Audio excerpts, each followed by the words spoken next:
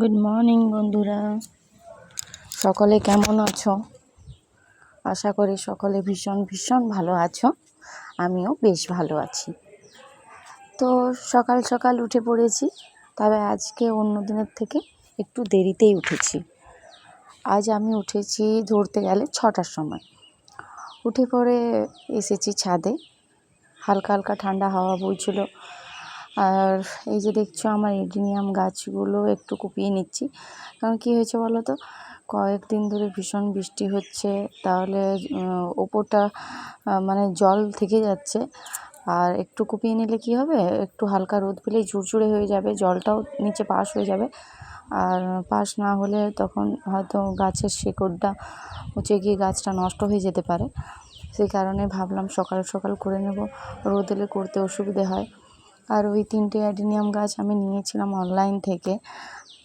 তো যতক্ষণ না ফুল ফুটছে বুঝতে পারছি না কীরকম হবে। তো আকাশটা আজকে না রোদ না বৃষ্টি এরকম একটা করে রেখেছে। আর কয়েকদিন বৃষ্টি হতে ছাদের কী অবস্থা হয়েছে দেখো, চারিদিক একদম শ্যাওলা পড়ে গিয়েছে। তো ভাবলাম কি যে কালকে যে জামা কাপড়গুলো ছিল ওগুলো তো ভালোভাবে শুকোয়নি, তো ওইগুলোকে নিয়ে সেই আগে ছাদে দিয়ে দিলাম, যে আস্তে আস্তে হয়তো শুকিয়ে যাবে। তো এগুলোকে ছাদে তো দিয়েছি, সারাদিনে অনেকবার আমাকে ওঠানামা করতে হয়েছে ছাদে। কারণ কি বলবো, দিয়ে এসেছিলাম তো হালকা হালকা বৃষ্টি পড়ছিলই, তো অনেকবার নিয়ে যেতে হয়েছে, আবার নিয়ে এসেছি ছাদে। এই করে করে মানে মোটামুটি 5-6 বার ছাদে ওঠানামা হয়ে গিয়েছে। তো আজকে সকালে যেহেতু একসাথে উঠে পড়েছে, তার জন্যে নিজেও চা খেলাম, চিকুর পাপাকে দিলাম, চিকুকে দিলাম, মা বাবাকে দিয়ে এসেছি। আর সবার জন্যেই চা করেছি একই সাথে। তো সকালে একসাথে আজকে চাটা খেয়ে নিলাম। দিয়ে ভাবলাম যে আগে মানে বাসি যে কাজগুলো আছে আগের দিনের পড়ে রয়েছে সেগুলো আগে করে নিই। তো গ্যাসটা আজকে মানে খুব একটা না মুছলেও হতো, কিন্তু মুছলাম এই কারণে, ওই রাত্রিতে রুটি করেছিলাম তো হালকা হালকা ওই যে আটার গুঁড়োগুলো হয় ওগুলো পড়েছিল, তো তার জন্য বিশেষ করে একটু হালকা মুছে নিলাম। আর বাসন তো এটা তো রেগুলারের, তোমরা তো জানোই, আমার শুধু নয় সকলের বাড়িতেই, তোমাদের বাড়িতেও হয়তো এরকমই করতে হয়। তো ভাবলাম যে বাসন ধোয়া, সকলকে চা বিস্কিট সব কিছুই দেওয়া হয়ে গিয়েছে, তো জলটা আগে ভরে নিই। একদম জল নেই বোতলেতে, আর বোতলেতে জল না থাকলে কেউ গ্লাসে করে নিয়ে খেতেই চায় না বা পারেও না। হ্যাঁ, এছাড়াও আমার ছেলেটারও যখন থেকে হয়েছে ওই একই অভ্যেস হয়ে গিয়েছে যে বোতলে ছাড়া জল নিয়ে খেতেই পারে না। তো আগে জলটা ভরে নিই, তারপর বেডরুমে যাব। চারিদিকে অগোছালো হয়ে আছে, সেগুলো গোছাতে হবে। আর আজকে যেহেতু চিকুর পাপার কলেজ নেই, আজকে এখন এক্সাম চলছে, তাহলে এক্সামেতে ডিউটির দিনগুলো ছাড়া এখন আর যেতে হচ্ছে না। তাহলে সকালের রান্নাটা নেই, একবারই দেরিতে করে বসাবো। আর রান্না আগেই বলেছি, রান্না করে না করে আমাদের সকলকে খেতে দিয়ে দেওয়া হয়, তাহলে কী হয় সেটাও আমার সুবিধে হয়। তো এরকমই চলছে এখন। তো দেখতেই পারছো এত এত বোতল ভরতে হয় রেগুলার, মানে কি বলবো, মোটামুটি 26 থেকে 27টা বোতল রয়েছে যেগুলো ভরতে হয়। এমনকি বোতলেতে জল খেলে কী হয় বলো না, সেগুলো কিছুদিন ছাড়া ছাড়া ক্লিনও করতে হয়। আর ওই যে প্ল্যান্টগুলো দেখছো, ওই প্ল্যান্টগুলো যেগুলো জলে রয়েছে, ব্যাম্বু ট্রি, মানি প্ল্যান্ট, এগুলো সব জলগুলো আজকে একটু চেঞ্জ করে দিলাম। আর ওই এগুলো যেগুলো পটগুলো রয়েছে সেগুলো একটুকু ব্রাশ করে দিলাম। ওতে করে কী হয় বলো তো, শ্যাওলা বসে না নিচটাতে, নইলে নিচে শ্যাওলা পড়ে গেলে কী হবে, শেকড়টা পচে গিয়ে নষ্ট হয়ে যাবে গাছটা। তো এখানে রুমে দেখছো জানালার পাশেতেও আমার একটা খুব সুন্দর হ্যাঙ্গিং প্ল্যান্ট রয়েছে, ওটাও অরিজিনাল মানি প্ল্যান্ট, আমার নিজের হাতে ডেকোরেট করে বানানো, একদিন দেখাবো তোমাদের। তো চারিদিক এত অগোছালো করে রাখে। আর এই দেখছো কাঁথা রয়েছে, তার সাথে বেডশিট রয়েছে। কিছু ওরা তো কয়েকদিন একটানা বৃষ্টি পড়ছে, তাহলে ওয়েদারটাও ঠান্ডা রেখেছে। তো ঠান্ডা রাখার কারণে কি হয়েছে, ভোর দিকটাতে একটু বেশিই ঠান্ডা লাগছে, মানে নর্মালের থেকে একটু বেশি। তাহলে ঢাকা না নিলে মানে ঘুমানো যাচ্ছে না। আর পাখাও লাগছে, সাথে সাথে পাখা অফ করে দিলে তখন গরম করছে, এরকম একটা ওয়েদার হয়ে রয়েছে। তো একটু কাজটা বেড়ে গিয়েছে, চারিদিক কাঁথা বেডশিট সব ছড়িয়ে ছিটিয়ে থাকে এখন রেগুলার। তো এটা আমার বেডরুম। আর তোমাদেরকে আজকে আরেকটা রুম দেখাবো, ওটা আমার ছেলের জন্য করা হয়েছে। এই যে রুমটাতে এখন ক্লিন করছি, এটা আরেকটা রুম রয়েছে। তো এটা পুরোটা আমি ঘুরিয়ে শেষে দেখাবো। তো এই যে এত জালি উঠছে, মানে কি বলবো, ওই যে মাকড়সাগুলো হয়, একদিন পরিষ্কার করলে পরের দিনই আবার চারিদিকেতে জালি জালি টেনে দিচ্ছে। তো তোমাদের যদি কারো জানা থাকে তো আমাকে একটু অবশ্যই জানিও যে কী করলে মানে মাকড়সাটা কম হবে। আর মাকড়সাটা কম হলে অবভিয়াসলি যে তোমার ঘরেতে ওই যে ঝুল জ্বালা বলে ওগুলোও একটু কম হবে। তো যদি কারো জানা থাকে অবশ্যই আমাকে কমেন্ট করে জানিও যে কী করলে মাকড়সা বাড়িতে কম হবে বা থাকবে না, সেরকম যদি কারো জানা থাকে। কারণ মানে কি বলবো, এত বেশি হয়ে যায় চারিদিকে যে মানে তাও তো আমি কি করি, যখন ঝাড় দিই ঝাড়টা করে যেখানেতেই লক্ষ্য পড়ে ওখানটায় চট করে পরিষ্কার করে দিই। নইলে বেশি হয়ে গেলে তখন কি বলো তো, বিরক্ত লাগবে করতে, আলিশ আসবে শরীরে, করতে ইচ্ছেই করবে না। তো এরকম একটা ব্যাপার হয়ে যায়। আর এই যে সোফাটা রয়েছে, সোফার পিছনটাতেও টেনে দেয়।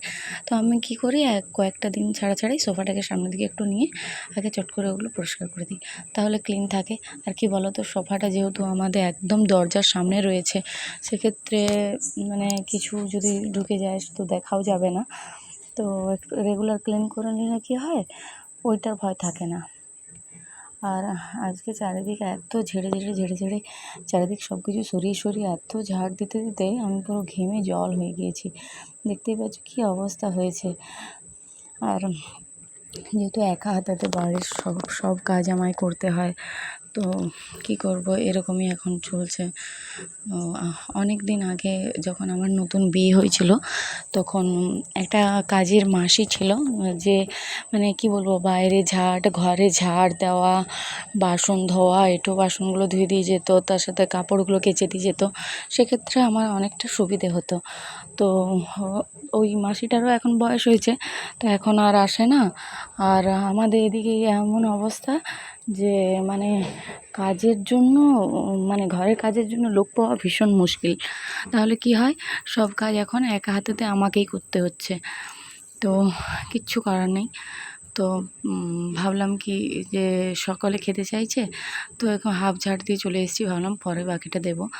তো সকলকে আগে ভাবলাম খেতে দিই, তারপর বাকি কাজগুলো করব। এখানে চিকু বললো রুটি খাবে না, তো আগের দিনের রুটি রয়েছিল, তো রুটি আর সবজি আমরা বাকিরা খেয়ে নিলাম। অনেকগুলোই রুটি ছিল, রাত্রে একটু বেশি করেই করা হয়। আর চিকু বললো ব্রেড খাবে চা দিয়ে। তো ব্রেড ডাইরেক্ট ওকে দেওয়া হয় না, আমরা দিই না, একদমই দিই না, কারণ ফুড পয়জন হয়ে যাওয়ার ভয় থাকে ওটাতে। তো আমি সবসময় কী করি, ব্রেড দেওয়ার আগে ওকে একটু সেঁকে পরে দিই চা দিয়ে খেতে। ও এমনিও খেয়ে নেয়, তো আজকে বললো চা দিয়ে খাবো। আর এই যে দেখো, চিকুকে স্নান করাবো, স্কুল আছে ওর। তো এটা আমি চিকুর জন্যই করছি। কি হয়েছে, চিকুর কয়েকটা দিন ধরে গায়ের মধ্যে ছোট ছোট র্যাশ বেরোচ্ছে, মানে খুব ছোট ছোট র্যাশ, আর সেগুলো রাত্রিতে খুব মানে চুলকোচ্ছে। তো আমি কি করেছি, এটা হলুদ, কাঁচা হলুদ, ওটা আমার ফ্রিজে রাখাই থাকে সব সময়। তো কাঁচা হলুদ আর ওই নিম পাতা একদম ভালো করে পেস্ট করেছি ওতে। তো কী হয়েছে, গুঁড়ো হলুদের থেকে কাঁচা হলুদের বেনিফিট অনেক বেশি। তো ওটা দিয়ে ওকে মাখিয়ে স্নান করালাম ভালো করে, স্কুল পাঠিয়ে দিয়েছি। আর আমিও স্নান করে এই যে চলে এসেছি আমার গোপালকে একটু প্রণাম করতে, কারণ এখন যেহেতু পুজো দিতে পারি না, এই কারণে মনটাও ভালো লাগে না ভীষণ, সত্যি বলছি। কারণ ঠাকুরকে পুজো করলে, তাকে একটু সেবা আপ্যায়ন করলে মনটা কীরকম শান্তি শান্তি যেন লাগে। আর এক্ষেত্রে কিছু তো উপায় নেই এখন, তো বলেইছি আগে। তো প্রণাম করে নিই রেগুলার স্নান করার পরে। তো আমি কাপড়গুলো মেলতে আসার আগে সবজিটা বসিয়ে দিয়ে এসেছি, রান্না বসিয়ে দিয়েছি, ওদিকে ভাত হচ্ছে, ভাতটাও বসিয়ে দিয়েছি, তারপরে এলাম। তো ভেবেছিলাম অন্য দিনের মতোই যখন রান্না বসাবো রেকর্ড করব, কিন্তু এখানে কি বলো তো, এখানে লাইনের ভীষণ প্রবলেম। তো লাইন না থাকলে আমি একদমই রেকর্ড করতে পারি না। তো আরেকটা কি এখন একটা তোমাদেরকে ভালো খবর বলে দিই, সেটা হচ্ছে কি যে হাতে ধরে ধরে করছিলাম, তো কালকে বিকেলেতে আমার ইয়েটা এসছে, ওই স্ট্যান্ডটা, ছোটো স্ট্যান্ড, খুব একটা দেখলাম মানে খুব একটা ভালো নয়, মোটামুটি বটে, এখন কাজ চালানো চলবে। তো এখন তো ধরো নতুন খুলেছি, সব কিছুই নিজের ইয়ের থেকে নিতে হচ্ছে, তো নিয়েছি আপাতত এখন কাজ চালানোর মতো, তো ওটা দিয়েই রেকর্ড করব ভেবেছি, দেখি কীরকম হয় ওটা দিয়ে রেকর্ড করলে পরে।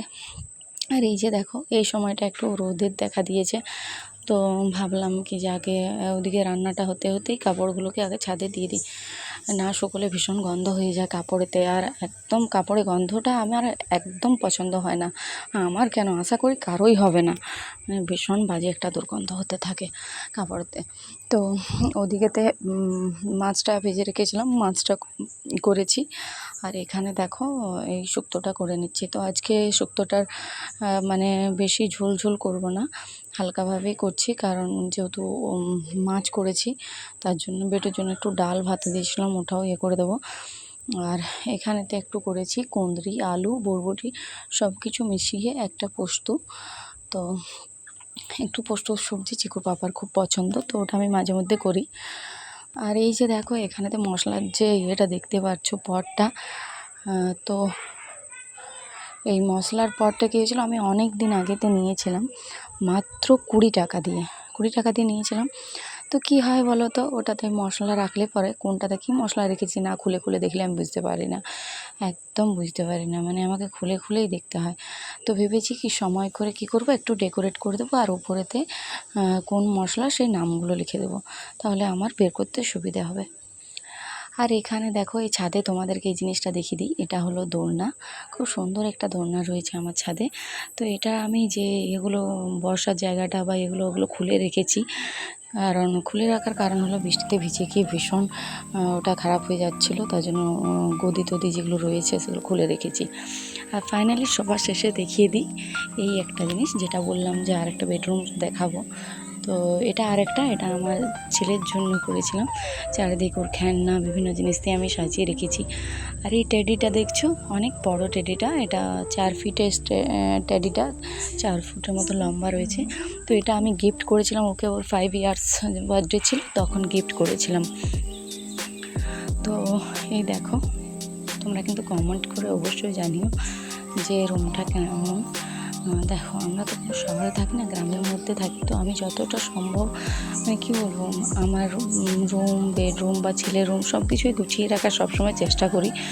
তো তো তোমাদের সাথে ভাবলাম এটা একটু শেয়ার করি। দেখো ওর খেলনাগুলো দিয়ে আমি সাজিয়ে রেখেছি ওটাতে, বা এমনি বাকি কিছু কিছু কেনাও জিনিস রয়েছে, সব কিছু দিয়েই সাজিয়ে রেখেছি। তো দেখো কীরকম লাগছে, তো এরকমভাবেই করেছি। আমাকে একটু বাড়িঘর চারিদিক একটু সুন্দর করে সাজাতে ভালো লাগে, এমনকি আমি নিজের জিনিস বানিয়ে বানিয়েও বেশিরভাগ সাজাতে থাকি, এটা ওটা ক্রাফট বানাই, DIY করি। তো তোমরা দেখতে থাকো কেমন হয়েছে সব কিছু, আর কমেন্ট করে অবশ্যই জানিও যে আমার ভিডিওগুলো তোমাদের কেমন লাগছে। কী বলো তো, তোমাদের একটা কমেন্ট বা একটা লাইক সেটা আমাকে আরও নতুন নতুন ভিডিও বানাতে উৎসাহ দেয়। তো দেখতে থাকো এক মুঠো আলো, ভালোবাসা দিও, বাই।